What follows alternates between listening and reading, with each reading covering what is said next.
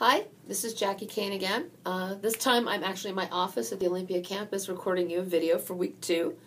This week's video is going to be focusing on the classical structural model of argumentation. So if you've taken English 101, then you're familiar with certain organizational patterns on how to develop an essay. When it comes to formal methods of persuasion or rhetoric, there are several models that are specifically used for argumentative essays. And the first one that we're going to be looking at is the classical model. If you have your textbook, you can open up to page 126 and follow along. Classical model of argumentation actually comes from ancient Greece, Athens specifically.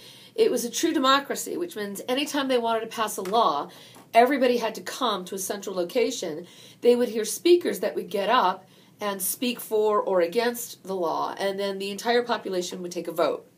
Because so much was writing on this, and it was so important to their democracy, they came up with very formal methods to make these arguments that that the voters, those who were listening to the arguments, could easily follow and understand. And so that's where this classical model comes from. Now, it is a little different than what you're used to as far as structure, so I want to go over it and explain to you how it works overall in the essay. So the first thing that's different about the classical model of argumentation, and you're going to want to note this, is that the thesis statement actually doesn't come in the introduction. The thesis statement comes in the proposition section.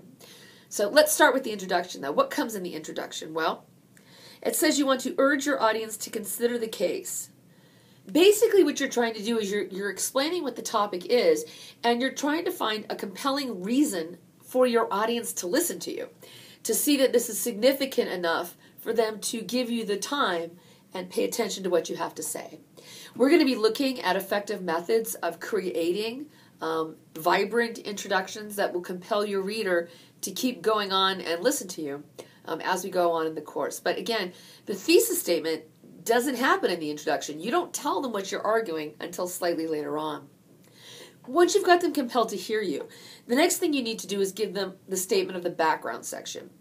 This gives them all the background information they need in order to understand the argument. Now, how long the background section is going to be is going to depend on the complexity of your argument and also how familiar you expect that your audience is with what you're arguing. If you're arguing something that they're all fairly aware of, for instance, school board policy to the school board, then you don't need to give them a lot of extra background information. But if I was going to make an argument that we wanted to do a manned mission to Mars, I could expect that most people in the audience aren't actually familiar with how space travel would work, how long it would work, how much money it would cost. And so I'd have to give them an extensive amount of background information before I would give them the thesis and ask them to support that position. So, how long the statement of the background section is variable. Typically, for the essay that you're going to be writing for essay 1, you can assume that your audience is already familiar with the subject because you're including an update for the textbook. And you can assume that they have the textbook, so they have the context and the background information they need. So maybe you want to just have one paragraph for that section for this essay. The next section is the proposition. And it says it's the part of the argument that focuses on your reasoning and outlines the major points. You have to list the position that you're taking and indicate the line of your argument, which, if you add all that up, is a thesis statement.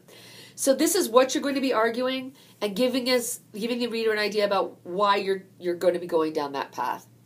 Really, one short paragraph, it's your thesis statement. Now we're going to get into the heart of the essay, and this is the proof. You need to present the heart of your argument, all of your best evidence. And these are decisions that you have to make. Do you want to start with testimony? Do you want to start with logical arguments and statistics? Do you want to go to ethical arguments? Are they your strongest? Do you want to go to emotional appeals? You need to figure out,